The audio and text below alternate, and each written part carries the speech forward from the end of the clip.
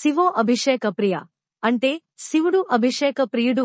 కాసిని నీళ్లు లింగంపై పోస్తే సంతోషించి సర్వైశ్వర్యాలను పరమ శివుడు ప్రసాదిస్తాడని భక్తులు నమ్ముతారు. శివ అభిషేకం ఫలితాలు. శివో అభిషేక ప్రియ అంటే శివుడు అభిషేక ప్రియుడు. కాసిని నీళ్లు లింగంపై పోస్తే సంతోషించి సర్వైశ్వర్యాలను పరమ శివుడు ప్రసాదిస్తాడని భక్తులు నమ్ముతారు. నీలకంఠుని శిరస్సుపై నీళ్లు చల్లి పత్తిరుసుమంత ఎవ్వడూ పారవైచు. గామధేనువు వానింత గాడి పసర మల్ల సురసాఖి వానింటి మల్లె చెట్టు. తాత్పర్యము: శివలింగంపై నీళ్లతో అభిషేకం చేసి పూలు పత్రి, మారేడు దళాలను ఆయన శిరస్సుపై ఉంచే వాని ఇంటిలో దేవతల గోవు కామధేనువు కాడి పశువుగా పడి ఉంటుందట. కల్పవృక్షం అనే దేవతా వృక్షం ఇంటి ఆవరణలో మల్లె చెట్టు లాగా ఉంటాయట. శివార్చన అభిషేకం చేస్తే అన్ని అభీష్టములు నెరవేరతాయి, సకలైశ్వర్యములు సమకూరతాయి. నిశ్చలమైన భక్తితో ఉద్ధరినెడు జలం అభిషేకించినా ఆయన సుప్రసన్నుడు అవుతాడు, మన అభీష్టాలు నెరవేరుస్తాడు. అందుకే ఆయన భోళా శంకరుడు. హిందువుల అర్చనా విధానంలో ఎంతో ప్రాధాన్యం కలిగిన అభిషేకానికి ఎన్నో ద్రవ్యాలు వాడుతూ అవి తెలుసుకోవడం వల్ల నిత్యారాధకులకు ఎంతో సౌకర్యంగా ఉంటుంది.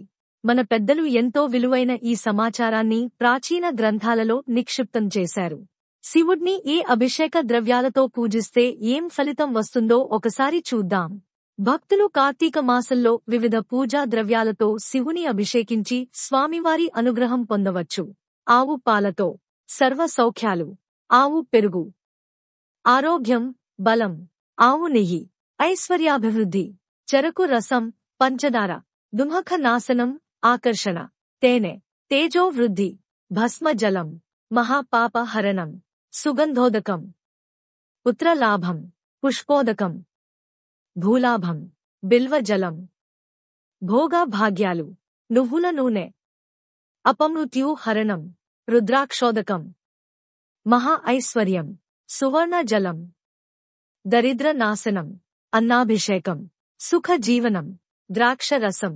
సకల కార్యాభివృద్ధి, నారికేళ జలం. సర్వ సంపద వృద్ధి, ఖర్జూర రసం. శత్రునాశనం, దూర్మోదకం, గరిక జలం. ద్రవ్య ప్రాప్తి, ధవళుదకం. శివ సాన్నిధ్యం, గంగోదకం. సర్వ సమృద్ధి, సంపదల ప్రాప్తి, కస్తూరీ జలం. చక్రవర్తిత్వం, నేరేడు పండ్ల రసం. వైరాగ్య ప్రాప్తి, నవరత్న జలం. ధాన్య గృహ ప్రాప్తి, మామిడి పండు రసం. దీర్ఘ వ్యాధి నాశనం, పసుపు, కుంకుమ. మంగళప్రదం. విభూది, కోటి రెట్ల ఫలితం లభిస్తుంది. విష్ణువు అలంకార ప్రియుడైనట్లే శివుడు అభిషేక ప్రియుడయ్యాడు. శివుడు అభిషేకాన్ని చాలా ప్రియంగా భావిస్తాడు కాబట్టి అభిషేక ప్రియుడనబడుతున్నాడు. ఎడతెగని జలధారతో శివలింగాన్ని అభిషేకిస్తారు. శివుడు గంగాధరుడు. ఆయన శిరస్సుపై గంగ ఉంటుంది. అందువల్ల శివార్చనలో అభిషేకం ముఖ్యమైనది. గంగ జలరూపమైనది. జలం పంచభూతాలలోనూ శివుని అష్టమూర్తులలోనూ ఒకటి. అప ఏవ ససర్జాదో అన్న ప్రమాణాన్ని బట్టి బ్రహ్మ మొదట జలాగ్నే సృష్టించాడు. ప్రాణులన్నింటికీ ప్రాణాధారం నీరే. మంత్రం పుష్పంలోని యోప మాయతనం వేద ఇత్యాది మంత్రాలలో నీటి ప్రాముఖ్యం విశదీకరించబడి ఉన్నది. అందుచేత శివపూజలలో జలాభిషేకానికి ఎంతో ప్రాముఖ్యం ఏర్పడింది. భగవంతుణ్ణి 16 ఉపచారాలతో పూజిస్తారు.